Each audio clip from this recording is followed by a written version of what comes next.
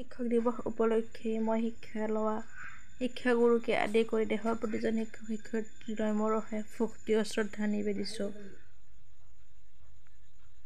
কবি শিৰোনামা জ্ঞানপূজাৰী। কবি ৰুফিয়া বেগম। জ্ঞানপূজাৰী। জীৱনৰ মোৰ আঁউসী পৃথিৱীত চেনেহেৰে জ্ঞানৰ প্ৰদীপ যাচে, যেন মনৰ প্ৰভুপুৰীত নৃত্যৰাণী হৈ নাচে।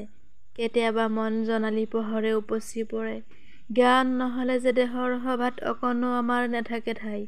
আগেয়ে জ্ঞান অৰ্জন লগে লগেই দেশ জ্ঞানময় কৰি তুলিম জগত।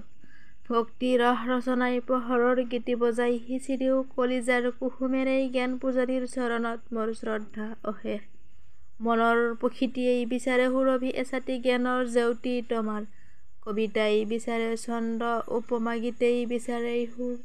মোৰ মনে যে বিচাৰে আজিও আপোনালোকৰ আশীৰ্বাদ এজলকা জীৱন কৰিবলৈ পূৰ। নমস্কাৰ।